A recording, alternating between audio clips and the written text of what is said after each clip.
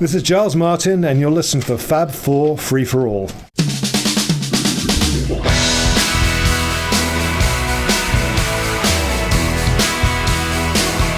All right, so welcome to another edition of Fab 4 Free For All. From the car. From the car. I love these episodes. This is what we would call a remote episode. Actually, I'm going to turn down our gain. Let's see. And I'm not going to edit this out, damn it.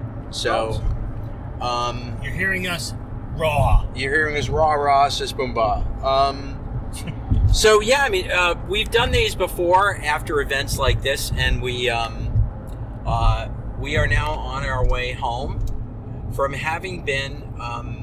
Do we need to sing on our way? Nice, we're on our way back home. We're on our way home. Copyright, Mitch. Copyright. Oh, right, copyright, Johnny. But yeah, we were on our way back from the AMC Theater in New York, where we just were the first audience to ever to have seen the newly remastered, restored, I was going to say reimagined, but it's not. It's the same film, which is not a bad thing, as it turns out. No. So yeah, I mean, let's.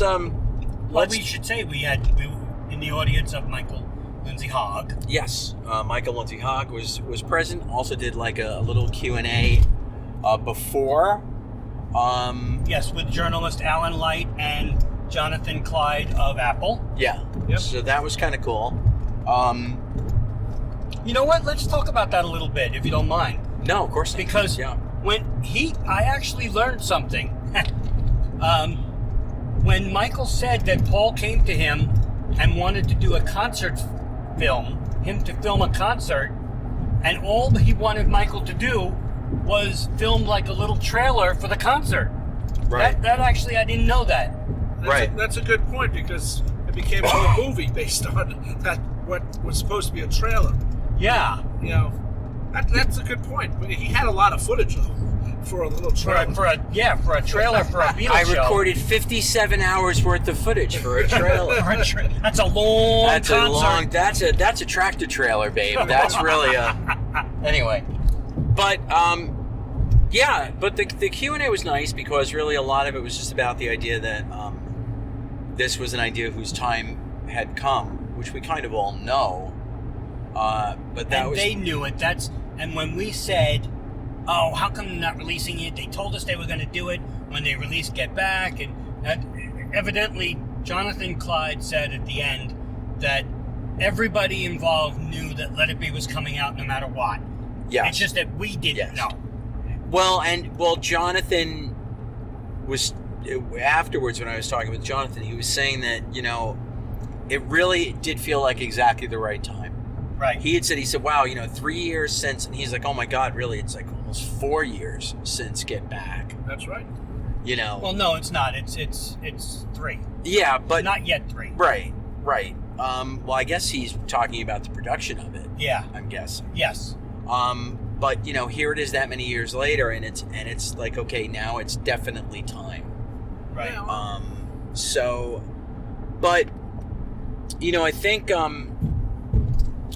I think we expected. I don't think we went in with some kind of like inaccurate expectations, because we know the film. Right. This was nothing new. But did you guys have the feeling that a real restoration was going to make the film? Well, it depends on what you call restoration. Okay. Let's say this was A Star Is Born. It's one of the famous restorations with Judy Garland and James Mason. That was fixing and replacing footage that had been lost. This wasn't that. Right. So it's a restoration of the fact that they took the original 16 millimeter film and they went with that. And they didn't blow it up. They didn't, when they blew it up to 35, they did it the wrong way. There was a lot of things wrong with that. But in that respect, I guess, in a way, it is a quote restoration, because you kind of restore. That part is, yes. Yeah. But it's not, there was no addition of any footage. No. Right. Now, the audio's been fixed a little bit, especially a lot. The rooftop, it sounds really good. Wow, the rooftop but sounds stupendous. Yeah. What I, quite frankly, as soon as it started, and we should also say there was a little bit of a question and answer Yes. with Peter Jackson and Michael Lindsay-Hogg taped in Well, that late 2023. That was more of a conversation. Yes. Yes. Yeah, not a Q&A, a Yeah. conversation between the two of them. But when the movie started and you see the drum head, which is the first thing you see, and then you hear the walking of Mal and the assistant, that to me right away said, oh my God, this audio is different. Yes. Because Oh, yeah. I mean, I could hear them walking like they were walking right next to me. Yes. And I was like, oh boy, we're in for something. And it wasn't people who make their living recreating sounds. Right. That was the real world. Right. Yeah. Right. Well, I think what was interesting in terms of the film is that, and we can talk about this, and we even mentioned it in the posts that we put up now that we put up before we even are getting home from the event. But for those wondering, the film is in the original aspect ratio. Yep. You're not going to see a 16:9 widescreen. You're not going to see anything cropped out. You're going to see the actual film. And its original 4:3 aspect ratio, or 4:3 abouts Right. aspect ratio. Which is very important because they could have easily done that. They Yes. just said, "Oh, we're gonna make this 16:9," but then you get shots of Paul's face and John's face where you literally can see the dental work. Yeah. Yeah, Yeah, and they're British, so that's not. I'm sorry. No, that's- but you know what though? It was weird because going back to what you said, Tony, I didn't know what to expect. Look, they could make the film a little brighter, they can make it sound better, but I still was hoping that it wouldn't be the dirge that everybody remembers it as. Right. And right. you know what? I mean, the overall impression was it was nowhere near the dirge. Now, No, not at all. But Not at all. No, so it looked great. Yes. But I think having seen the 8 hours of Get Back helps this film tremendously. Yes. Because you know all the inner workings of what went on to put together this 80 minutes. Right. So, to me, I have a newfound respect for the film because it just plays differently when you've seen Get Back. It actually, what I found about watching it tonight was it felt like really, truly a music film. It didn't come across as a, quote, documentary. It came across, it's full of a lot of music. I mean, a lot. Complete music, too. And complete songs, Which is complete great to see. performances. I will say this, those of you who are wondering, is there anything missing? Yes, there is. The one thing that is missing, but you get a bonus, you are missing the Get Back reprise at the end. Correct. That has been omitted from the new release of the film. Instead, trust me, you get stuff that's more fun. Yes. yes. You're right. I didn't think of that. So the 40-second, we got to get back together, that's not there anymore. Right. That's right. Oh, God, I forgot about that. Which is acceptable, in my opinion. I didn't mind based on what I, they you know, did. I'd forgotten about it because I haven't seen the movie in a long time. One more thing I wanted to mention when you guys were talking about, Michael Lindsay-Hogg during his Q&A said a great line. He said that Peter Jackson made a documentary about a documentary. Yes. And you know what? Yeah. If you think about it, he's totally correct. Yes. It is. And we all know that Peter Jackson has said nothing but nice things about Michael Lindsay-Hogg, which was nice to see and then. vice versa. And Yep. they've become very good friends. And one thing about that is, he could have easily said, he should have done this and that. And he never did. And Michael Lindsay-Hogg looks, you know what? He made a lot of the right choices for that movie. And also, I had forgotten how much Michael Lindsay-Hogg is actually in Let It Be. Right. Yeah. Yeah. Now you see him and you're like, oh, there he is. Well, Crap. you were also mentioning there are moments where you see George Martin in the background in the restoration where you didn't see him before. There's a lot. And they did mention, Jonathan Clyde mentioned that when they did a new transcript, because they have the old transcript in the archives, when they did a new transcript, because of the Mal audio software, there's more to the transcript. You hear more dialogue, little things that you may have missed. And I think, I can't picture anything, I can't give an example right now, but I know there's things that I don't remember from the beginning. It helps the movie, you know? It does. It makes it much clearer. It makes it, you know what I like about that new edition part, if you think about it? It justifies what Peter Jackson did and Michael Lindsay-Hogg. Because, you know, Peter Jackson had, you know, this machine that all of a sudden makes things hearable. Hearable? Hearable. Or audible? Audible. Hearable. Hearable. That's a new word I started. Yes. My brother will be upset. Yeah, but, hearable. It's, you know, it's weird because this is 80 minutes and we said, you know, just be happy, or at least I said it, just be happy that we're getting the January 31st videos. Well, yep. You know, quite the January frankly, 31st they videos look are great. Gorgeous. They're Absolutely gorgeous. Gorgeous. They sound amazing. And what's good about this is when you watch the 80 minutes of this, it's enough. And I don't mean it against Get Back. Right. But Get Back was there for a reason. You watched 8 hours, and yes, people say they could watch more. You can. But if you watch Now Let It Be after watching Get Back, 80 minutes is exactly enough. And Michael said, I was always planning on making a cinematic feature, which is a 90-minute limit. Yep. So I couldn't have made anything like Get Back, and wouldn't have, because that's not what was contractually asked for.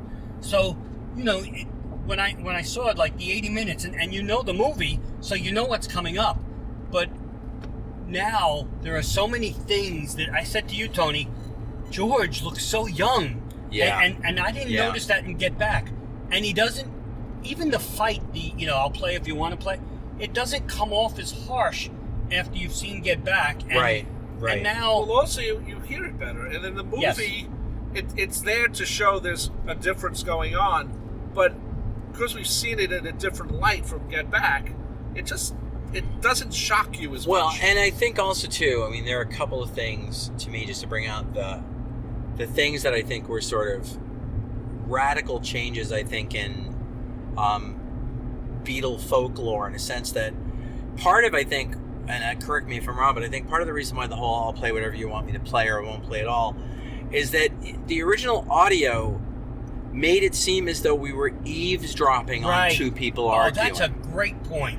And it was kind of like shh, the cameras, don't let them know the cameras are here, as they, not doing that, George. But the truth is, they're just having a conversation.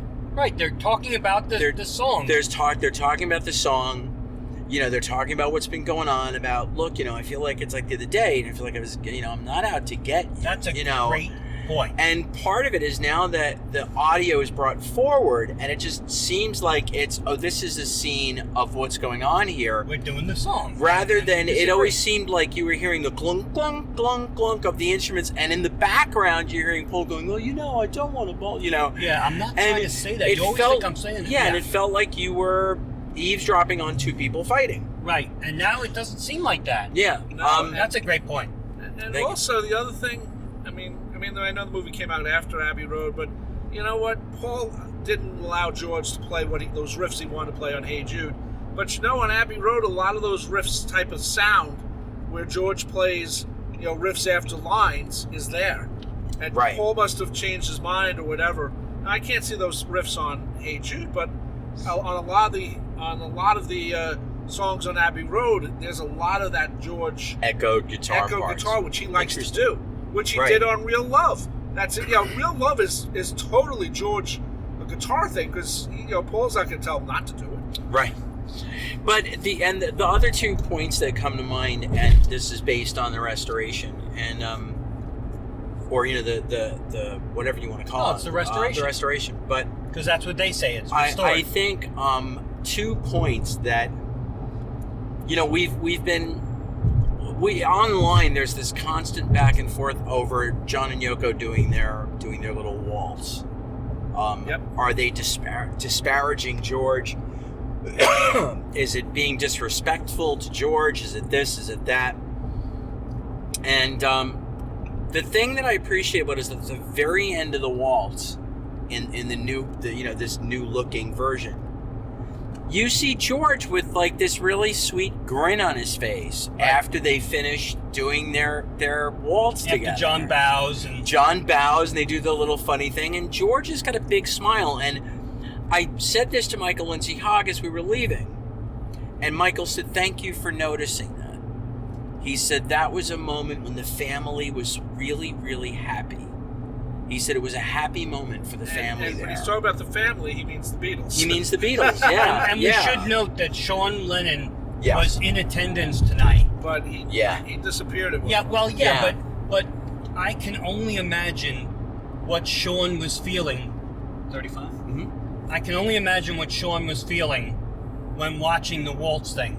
Yes. Sure, that's It's his parents. Yeah, and Sean was born only 6 years later. Yeah. We don't realize that it was only 6 years. Yeah, I mean, it's that little bow that John did at the end of that. Very funny. I totally forgot, I forgot about that too. And it was a little bit of a sign of respect, And the other moment too that I thought was really important, and again, it's not trying to revisionist history in any way, but again, there's that constant thing about, and I'm always the one that's saying it. So I post it, I've talked about it on the show, that moment when Paul is talking to John and John like yawns at him, it seems. But in the brighter footage now that you kind of watch, John does indeed stretch. Yep. He stretches a little bit and stuff while Paul's talking. But his eyes never leave, aside from like 1 second where he looks a little bit to the side, he's respecting what Paul's saying. He may not agree with all of it. It may be like, Paul's babbling a little bit. But it doesn't look like the diss that we've always kind of made it out to be. Right. Which I find extremely interesting. Well, the other thing about the movie in the beginning, you remember how they had those weird lighting, it's like pink lights or green lights or whatever? Yeah. You know what? In the movie now, since we sort of get back, but when you see it in the movie, and it's the proper colors, not this washed out thing. Right. And in an 88-minute movie, you might think about that in the beginning and say, whoa, this looks horrible. And it sort of leads you, it gives you a bad vibe about this movie, which, if you think about it, that's, what people have talked about this movie about. Right. Because of a bad, a bad visual reproduction of a piece of work, of an event. Yep. And they're also, they don't, with Get Back, the whole part one was in, Twickenham. Yep. With this, they're not there that long. They're not there long enough for it to be like, for you to get upset that George is upset. Right, that's a good point. But everything moves quicker in this. Yes, of course. All of a sudden, hey, there's Billy Preston. Yeah, who's he this shows guy? Up he shows up out of He does nowhere. pop out of nowhere. Yeah, who is this guy? And he's in and out. He's in for like the other rooftop. thing that I said was the whole movie. You don't hear Get Back at all. No. Right. Until the roof. But, Nothing. In Get Back, you see the evolution. You hear everything. They do it a million times. This, you don't get a hint of it until the roof. But at the same time, that moment when Paul just all of a sudden comes up with Get Back is still a great moment of creativity. I was going to joke. You mean that moment when Paul comes up with exactly what he was singing at the end of the Jackie Lomax record a few months earlier? Yeah. Yes, that is definitely a sign of incredible surprising genius. Yes, I know. I've said that on my show, too. No disrespect meant, that's Paul. true. That's true. We'll talk about it on the show when you're on. We know it's okay. We still love you. That's true. It is borrowed a little. Yeah. George wrote the song, so. Yeah, exactly.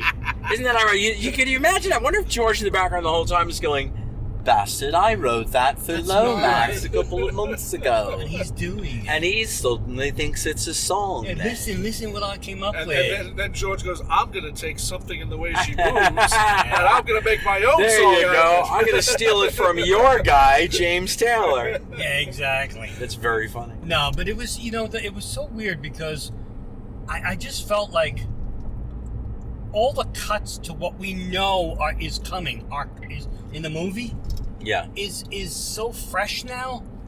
They're also much cleaner cuts. Oh my God! Yeah. Yeah. Much cleaner cuts. They Yeah. So needled when you that a little bit. yeah, It's so, a little bit weird that certain songs are still they're like Michael uses shots from other takes of the song. yes. Yeah. And they're not really playing what it looks like they're playing. Yeah, You Right, know, but that's part of it. absolutely. Just That's making the sure film. everybody knows they didn't mess with that. Right. That's the original movie. Right. Right. Well, And- just like Get Back, the same thing happens. Yep. Yep. So Absolutely. you know, but and maybe one day if they ever merge the two together, which I don't think they will, They but won't. then maybe you do that. You get the you right sync edits. it right. Yeah, but you know what? I that didn't bother me. I think that didn't bother me as much even after seeing Get Back. You know, Get Back opened a lot of doors to Let It Be. But watching John and Paul do the Fast Two of Us, Yes. which was not in Get Back. Nope. Right. Nope. Watching them do that, and you just see the joy. You really do, and I miss that because you're so bored with the movie and when it's so dark and dungy and dirty Yeah. that you don't care. But like watching them now with the cleanliness, and I know it sounds weird, No, cleanliness of the film. Yeah. But like when you have the joy, it comes off more joyous. I mean, not only Yeah. that scene, but the whole movie. And then when they do that, and you see them interacting with each other, and even when Paul does his little Elvis, and you don't get pissed at him, No. not And- anymore. No. But you know the other No. thing is, when that movie first came out, it's in mono, and we're hearing this really nice stereo mix. Oh, we did. It was a And- Dolby Atmos, And it was theater. like, wow, there's a difference when you're in a big room like Well, we were in. I have to be honest. I'm not. I mean, I do know. I think it's in stereo. Rob, did you think that the Twickenham material was true stereo? Or do you I think it don't was know. just? No, I didn't think so. either. But the rooftop stuff was. Oh yeah, and all the Apple stuff. And was. actually, if they use the mal, not the malware, but the mal as it's called, Yeah. they're able to separate everything anyway. So Right. it might. That's a good point. It wasn't a hard stereo the way the rooftop is. Right. So Right. that you're right about that. But at the same time, there's so many things that Let It Be was working against it in 1970, and Yes. now we see it in the movie theater, and we're like, wow, there is Yeah. a major difference. Because how many bad VHSs in EP form or EP mode did we've watched over the years? Yeah, of course. And now we get this really beautiful thing, and I just can't wait for the DVD or the Blu-ray, whatever. Well, also the what I loved, which was really great, all the cuts at the end with all the people talking. Yes. That actually comes off differently here. Yes, and it doesn't. It's not like the music suddenly disappears and then that's like the music. The Beatles suddenly disappear. Right. That doesn't happen.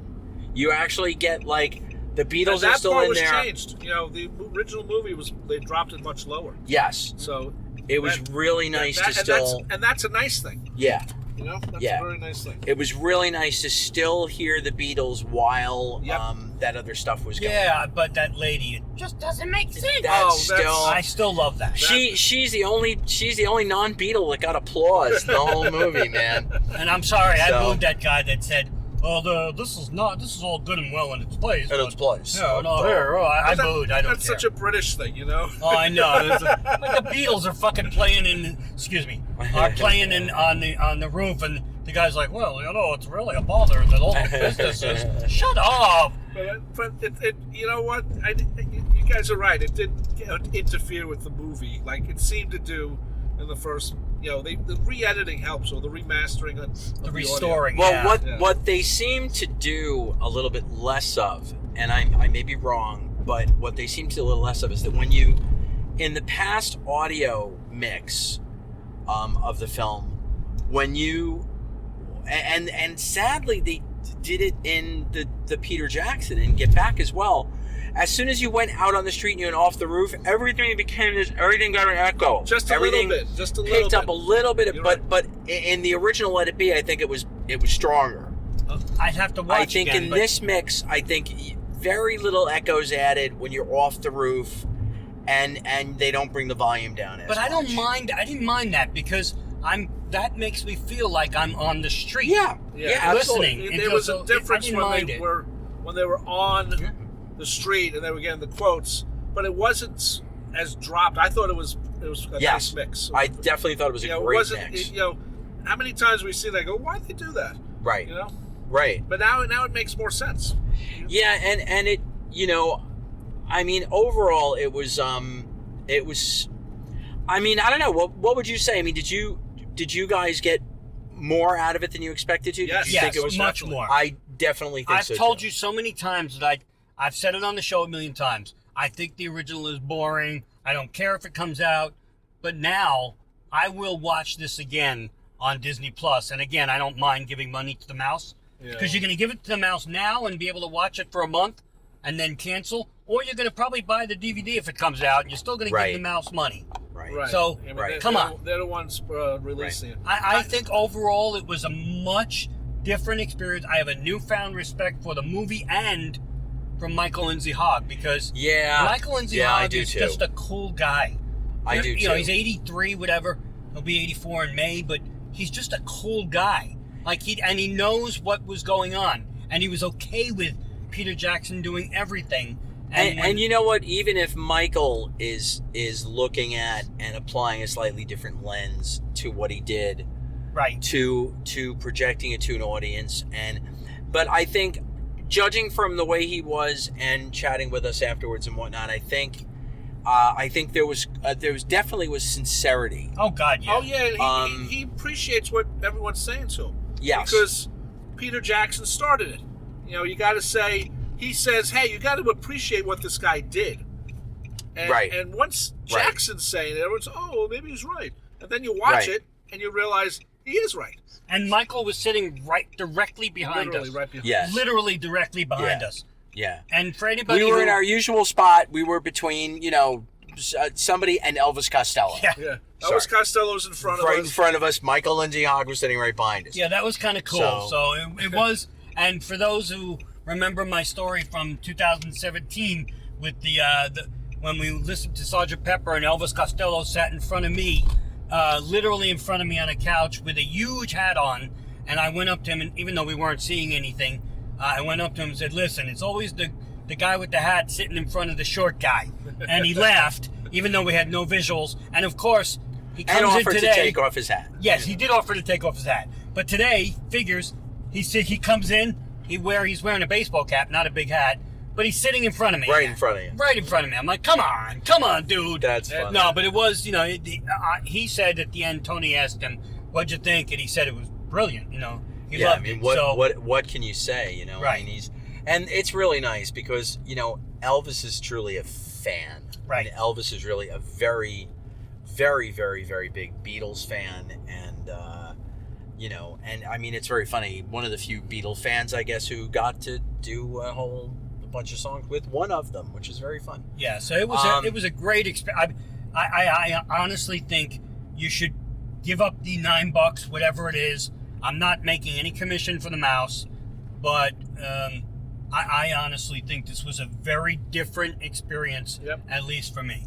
No, I agree. I agree. It works out. It's nice to go back and change your mind a little bit about something like this, because this is and I said this to Jonathan Clyde. He was talking to some people and he was talking about the movie, and I said, well, the biggest people who knocked the movie was John and George, and he just looked at me because of course he doesn't want to answer anything bad. Right. He just looked at me and said, yeah, okay, yeah, but he didn't say anything, right? Because he's not going to. Right, of course. But of course, if you think about it, it was John and George who knocked the movie when it first came out. Right. And part of it had to do with, the whole mess that was happening with the band and Apple and everything else. So and I think I think one really important thing too is that the movie will now, I think, take its place, how do I put it, a little more comfortably in Beatle history. I think so. I think it's not going to be the drag. It's not about the breakup of the Beatles anymore. No, it's not. But part of it is when it came out. Yes. And you know the other thing is now, Peter Jackson's thing, Get Back, his thing, it works so well with the movie now. You know, he could have easily just copied a lot of the stuff that Michael Lindsay-Hogg did, and he didn't. No, he wanted Let It Be to still be able to stand on its own. Right, That's so the whole idea. That's why I think this works so well. But your point, Rob, of when it came out is important too. Yep. Because now, even if we never saw Get Back, if they restored Let It Be to the way it is Therefore, now, get a cop behind you. and now we Sorry. What do you call Sorry, it? listeners. There we go. Yeah. and now we're seeing it the way it is in 2024. It's automatically a different. It's feeling different because it came out when the Beatles broke up. After the Beatles broke up, and so of course you see it that way. And I have to admit that I have been a jaundiced eye about it by thinking that when you look at the film and you look at the editing, I always felt that Michael Lindsay-Hogg had some kind of agenda. And watching it now, this time round, I genuinely didn't see that. I didn't see Michael Lindsay-Hogg trying to point out, the Beatles are breaking up. No. I didn't see that. No, but it falls into the stereotype of how the Beatles broke up. Paul is being bossy, and Yoko's in the middle of everything. Again, a lot fewer shots of Yoko than I remember in the film, and to be honest. Again, she doesn't say a word. She doesn't say a single word. She's actually smiling during songs. She's bouncing her head back and forth, and one of them was Paul's songs. And Jonathan used the B word with me, which I didn't expect. Jonathan turned around and said, the film has been disparaged and has been beat up partly because of the damn bootlegs. Probably, Which is interesting because in the bootlegs, you hear the interactions, or you maybe hear some comments about Yoko, but again, as you pointed out, Mitch, you don't see any visuals. Yep. Right. And you're just getting audio. Yep. So very interesting. Yeah, altogether, I'd say it's very highly recommended now. Abso-freaking-lutely. Yep, Rob, thoughts? I think it's going to change the back end story of the Beatles of 1969, 1970. Yeah. I fully agree. It works very well of explaining that, maybe they could have worked it out. Right. Right. And they didn't. But they got to the point where, Alan Klein comes in and then it changes. Yes. Absolutely.